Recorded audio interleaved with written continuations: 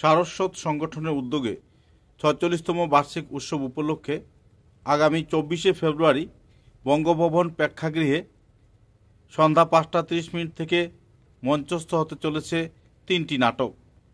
নাট্য প্রদর্শনী অনুষ্ঠানে প্রথমে শান্তিপুর উড়ান পশ্চিমবঙ্গ থেকে হে রাজা পরিবেশিত হবে। তারপর সারস্বত শিলচরের পরিবেশনায় পরিবেশিত হবে লড়াই নাটক। তৎপশ্চাৎ পশ্চিমবঙ্গের শান্তিপুর উড়ান সংগঠনের উদ্যোগে তৃতীয় নাটক আদি ভৌতিক মঞ্চস্থ করা হবে।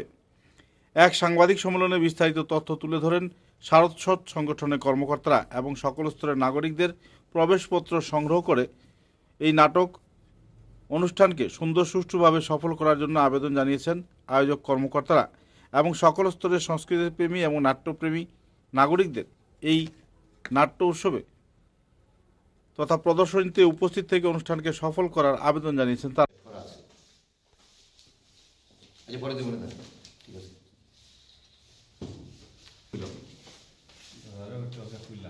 অসাধারণ প্রোডাক্ট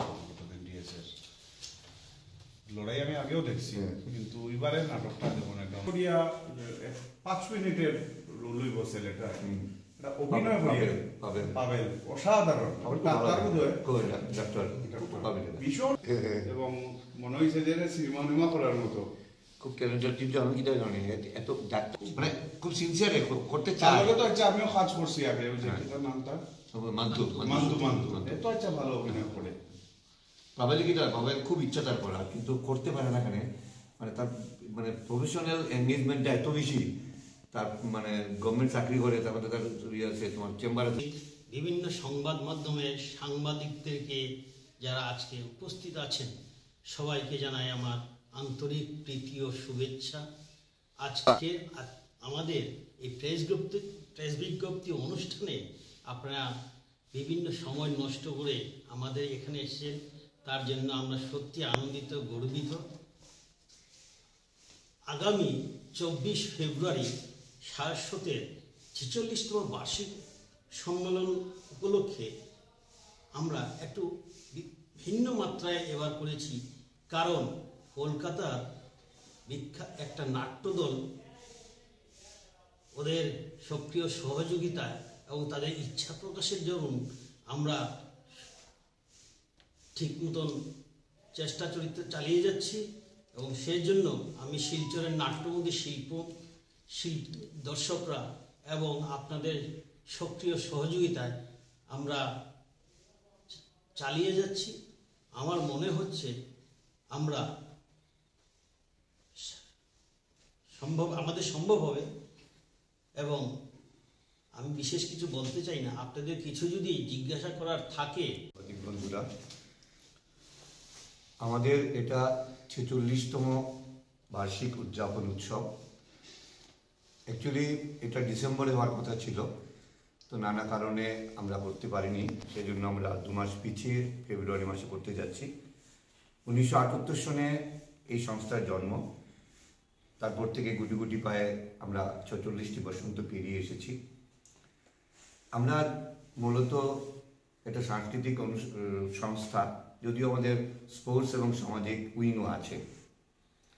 আমরা জিএসএ শিলচরের অ্যাফিলিয়েটেড ক্লাব।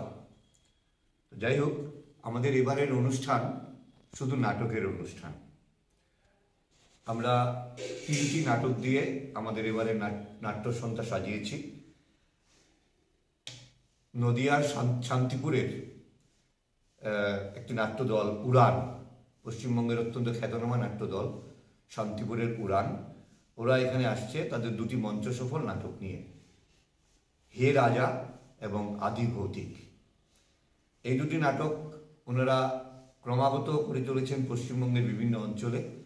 প্রায় 50-60 বার ওদের মঞ্চস্থ হয়ে গেছে প্রতিটি নাটক। সেই নাটক নিয়ে ওনারা এখানে আসছেন। সেই সঙ্গে ওনাদের 2টি নাটকের মাঝখানে আমরাও একটি আমাদের মঞ্চসফল নাটক লড়াই মঞ্চস্থ করব। এই 3টি নাটক নিয়ে আমাদের এবারকার উৎসব।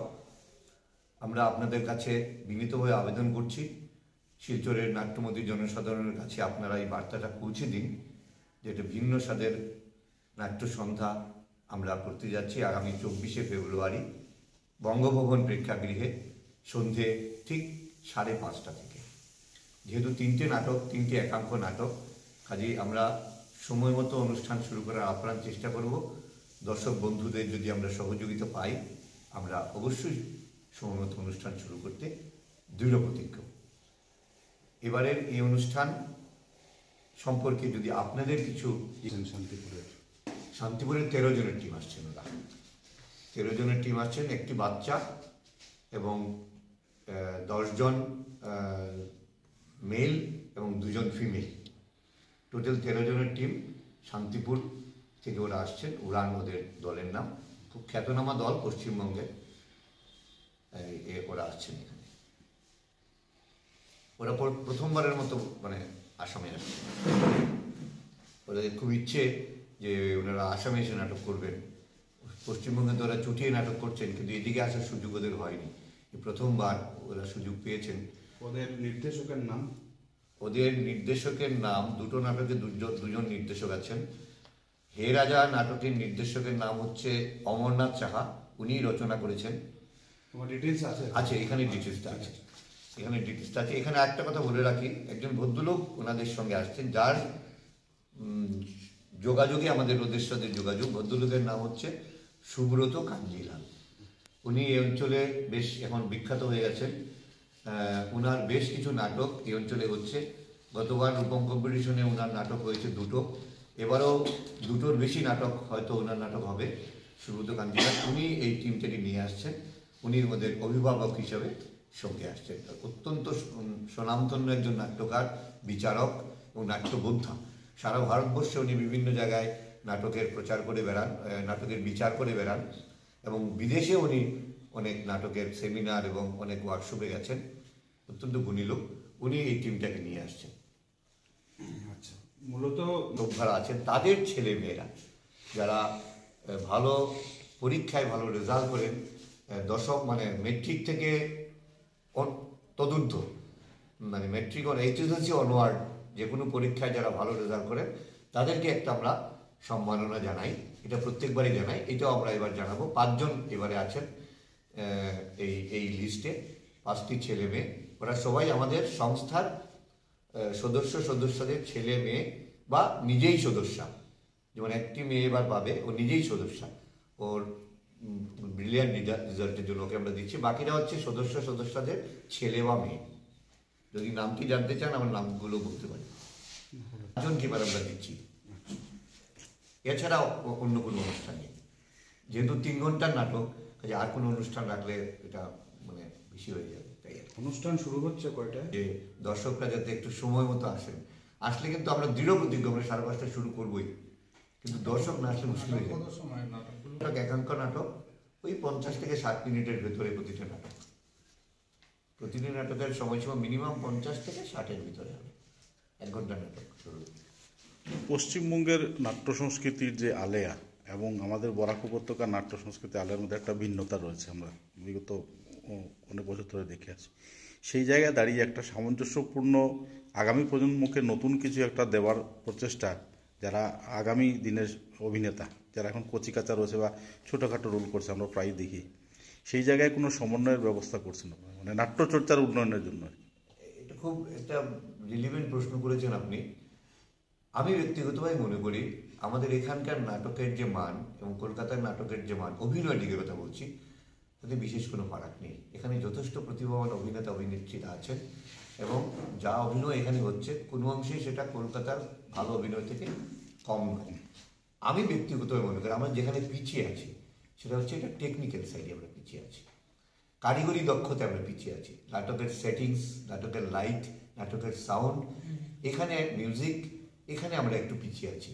এখানে 2টো কারণ আমার মনে হয়। একটা হচ্ছে অর্থকরী, এই ব্যাপারটাতে অনেক মানে পয়সার দরকার এবং কিছু এক্সপার্টাইজেরও দরকার। আমাদের এখানে এটার বোধ হয় একটু অভাব আছে বলে আমার মনে হয়। সেখানে বোধহয় আমরা কলকাতা নাটক থেকে, আমি এটা একদম আমার ব্যক্তিগত মত, হয়তো আমরা একটু পিছিয়ে আছি, কিন্তু অভিনয়ের দিক দিয়ে বা নাটকের অন্যান্য দিক দিয়ে আমরা কিন্তু মানে কোনো অংশেই মানে মূলধারা নাটক থেকে পিছিয়ে নেই। আমরা ভালো নাটক করছি, এখানে ভালো নাটক হচ্ছে, উচ্চমানের নাটক হচ্ছে। আপনারা দেখে থাকবেন বঙ্গভবনে যে নাটকগুলো হয়, যথেষ্ট ভালো নাটক হয়। কাজেই সেখানে কোনো অসুবিধা নেই। আমরা মেলবন্ধনের চেষ্টা করছি। আপনি যে কথাটা বললেন, পশ্চিমবঙ্গের দল এসে এখানে নাটক করে যাবে, হয়তো ওনারা আমাদেরকেও ডাকবেন ভবিষ্যতে, আমরা যাব। এই যে একটা সাংস্কৃতিক মত বিনিময় হবে, সেটাই হচ্ছে একটা পাওনা, যেটা খুব দরকার বলে আমাদের মনে হয়। ক্রমশ 3টি নাটক একসঙ্গে হচ্ছে, সেই জায়গায় দর্শক শ্রোতারা কতটুকু থাকবেন বা কতটুকু ধরে রাখবেন জিনিসটাকে, সেটা নাটকের কোয়ালিটির উপর ডিপেন্ড করবে। আমার মনে হয় নাটক ভালো হলে দর্শকরা উঠবেন না, এটা আমার দৃঢ় বিশ্বাস। ভালো নাটক যদি আমরা করতে পারি তাহলে দর্শক উঠবেন না, এটা আমার মানে আমরা আশা করছি। আমরা 9টা 9:15 ভিতর অনুষ্ঠান শেষ করব, কাজেই খুব একটা অসুবিধা হওয়ার কথা নয় আর কি।